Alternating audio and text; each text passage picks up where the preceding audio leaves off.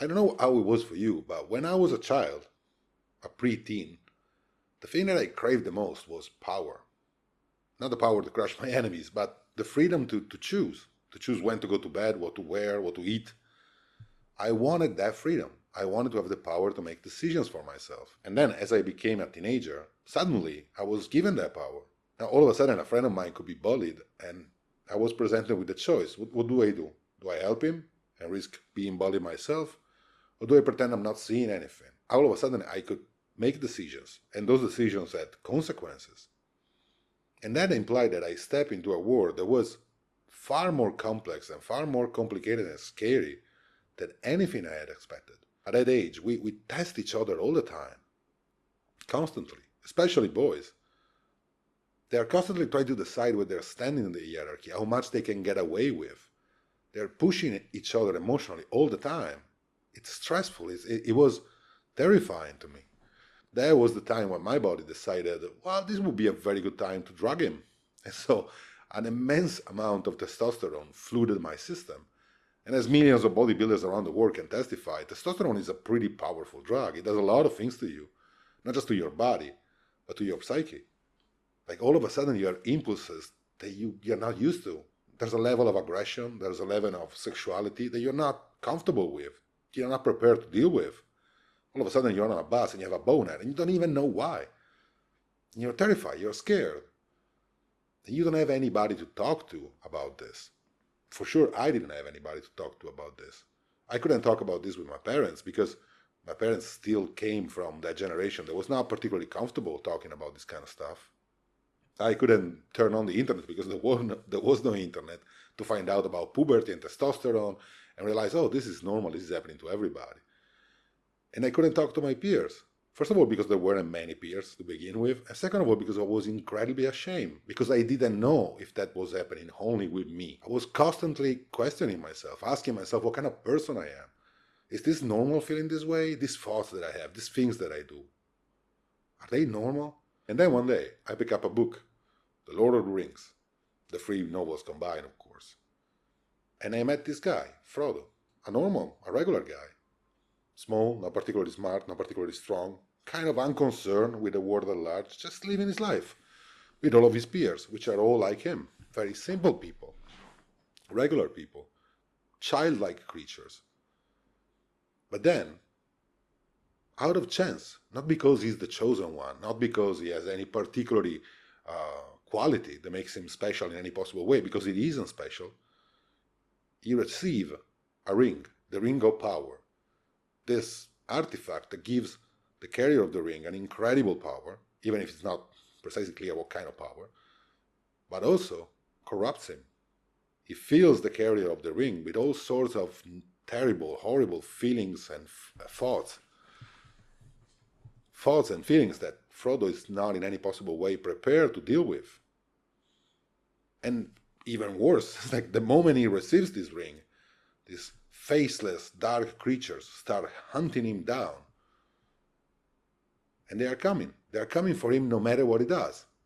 The only way out for him is venturing out in the big world, this big, scary world that is outside of his home, outside of the Shire, to try and destroy the ring. Luckily for him, he meets a series of father figures.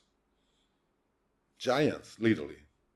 Great wizards and warriors that tell him, don't worry, we're gonna bring you there. We're gonna show you how to cross Middle-earth and destroy the ring.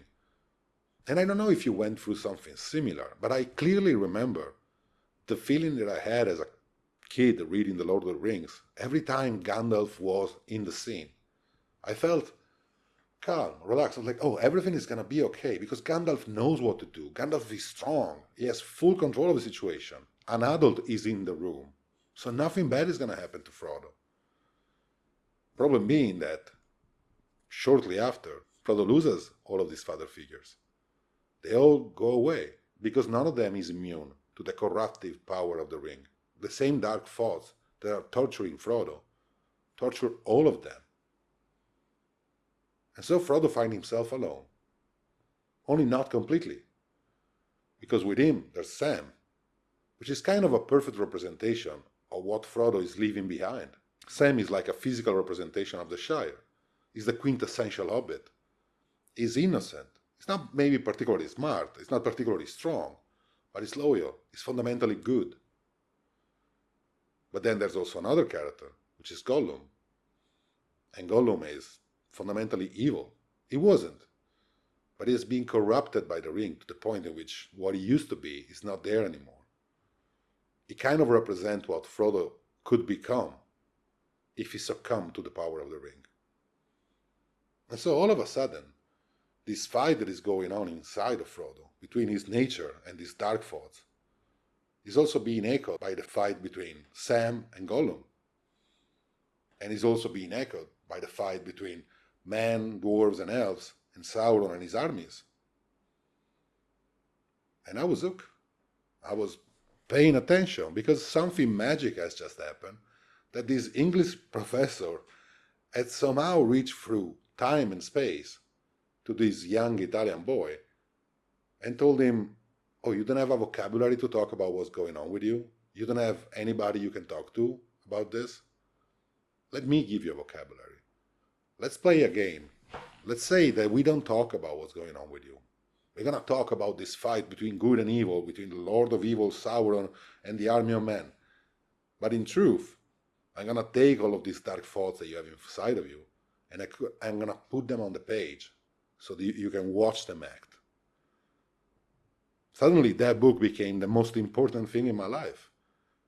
Not because I was escaping my life, precisely because I was not escaping my life, because that was the only space in which I was able to confront what was going on in my life. I could feel that I was being presented with a roadmap on how to get out of the terrible situation in which I was in. Somebody was finally telling me how to navigate this new world I entered and come out a better person. One of the smart choices of Tolkien is the fact that the darkness in his book, it's real. It's Sauron, it's the Nazgûl. They exist. They are there that you want it or not.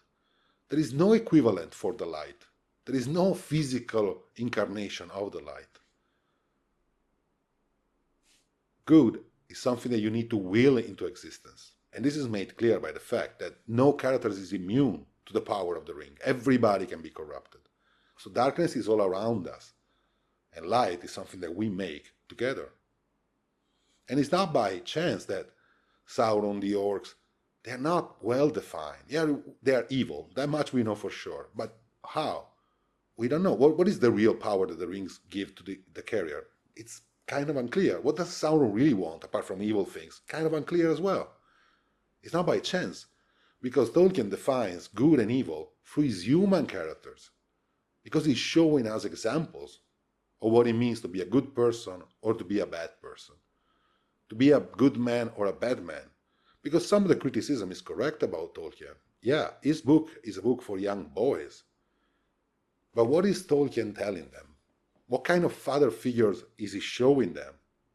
Well, if you look at the negative characters in The Lord of the Rings, they're resentful, they feel entitled, they are vile, they are cruel, they are selfish, they're scared, they feel like everybody's out to get them. They feel like they need to take care of themselves because nobody else would. And what about the positive characters? What about Gandalf and Aragorn and all of them? Well, they are empathetic, they are humble, they are altruistic, they serve. They use their power, their strength, and their wisdom to serve others. And it's endlessly fascinating to me that if you look at things this way, all the attributes that Tolkien gives to his negative characters, they're all traits connected to what today we would call toxic masculinity. And all the positive traits that he gives to his characters, in the classic Western dichotomy between masculine and feminine, they are all female traits. Tolkien is telling his young readers, if you want to be a good man, you need to get in touch with your feminine side. Being a hero, be a warrior, has nothing to do with how tall you are, how strong you are. No, it has everything to do with your soul and what you choose to do. Nobody is good or evil at the start, apart from orcs and Sauron, but they are not real characters, they're just forces. So he's telling his young readers, you're not doomed. I know you're terrified to be doomed. I know you're terrified to, oh, am I evil? Is there something wrong with me? And the answer to the question is like, yeah, there is something wrong with you. There is something wrong with everybody. But that doesn't matter at all, because you can deal with that. You can choose to be something else. It's a matter of choice. It can sound like a trivial message for an adult, but it isn't a trivial message for a teenager. Here on YouTube, you can find a compilation of people reacting to the appearance of Luke Skywalker in The Mandalorian. And you're going to see a lot of different people, young people, slightly older people, men, women, of different ethnicities from different countries crying.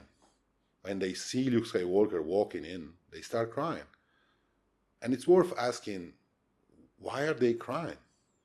That is a fictional character. And I think the truth is that they are touched by Luke Skywalker because his appearance brings them back to a time in which they were lost. And somebody offered them help. Because Star Wars does the exact same thing that the Lord of the Rings does. Because in truth, as we grow older, that kid that was always wondering, is there something wrong with me? He really doesn't go anywhere. He doesn't disappear. It's just an adult grows around him. But that kid is there, and he's still talking to us. He is the voice that keeps us awake at night. The voice wondering, still wondering, is there something wrong with us? Am I doing enough? Am I good enough? Am I obtaining what I want? Am I pursuing my dreams? We all have that voice inside of us. And when we expose ourselves again to the Lord of the Rings or Star Wars or Harry Potter, we feel like we can breathe again because somebody has put in the energy and the effort to show us light. People don't need a book or a movie to remind them that heroes can be broken, that life can be meaningless, that we go through existence suffering and losing the people that we love. Life is there to remind us all the time. What most of us desperately need is somebody to show us a way back to the light, show us that life is worth living. We needed that when we were kids, and we still need that as adults. Storytelling is ubiquitous these days. You can use it to, create Instagram reels, to grow your business, to find pussy or dick, or to be successful, to be popular, to grow a YouTube channel, to whatever. But at the core of it, the real power of storytelling is something like The Lord of the Rings, is something like Star Wars, is something like Harry Potter. It's an author, a person, not a corporation, not a committee, a person deciding, I'm going to talk to those nobody's talking to. And I know they exist. And I know what they are going through because I went through the same. And I'm going to show them a way back to the light. I know they are lost, but I can show them how to come back to the light. Think about Harry Potter. Think about a novel, a series of novels, set in a magical world in which the main character loses everybody he loves. He loses his parents. He loses every father figure he encountered along the way. J.K. Rowling takes them all away. And she wants to do that. She wants to make her young readers suffer. And then she wants to take them by the hand and say, come with me. I can show you how to get back to the light. Not by resurrecting these characters. It would be so easy. There's magic, like make Dumbledore come back from death. But she doesn't do that, does she? She said, no, my duty as a storyteller is to bring you to that dark place because I know that you're going to go there anyway. Life is going to bring you there at one point. And together, we walk back into the light. That is a gift. That is a gift to humanity, if you pardon me being grandiose. But it is a gift to humanity. The same way The Lord of the Rings is a gift to humanity. Because yes, it's true, Tolkien is speaking to young boys, but you want to tell me that that message is not a message worth hearing for everybody? When at the end of that book, Tolkien tells you, you know what is going to happen to you? That for how good you are and how hard you try, you're going to fail.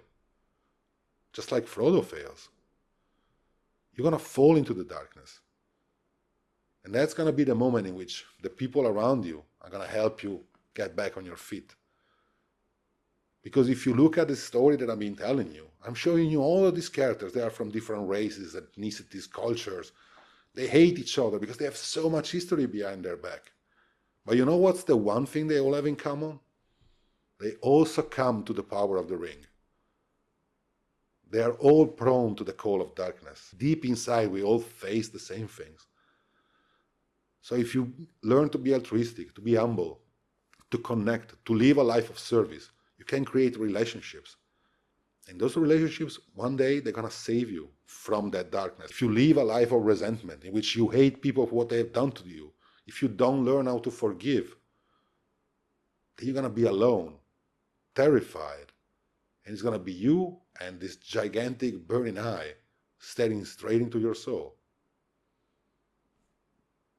That is the power of storytelling. That is the gift that a good storyteller, an honest storyteller, can give to his readers.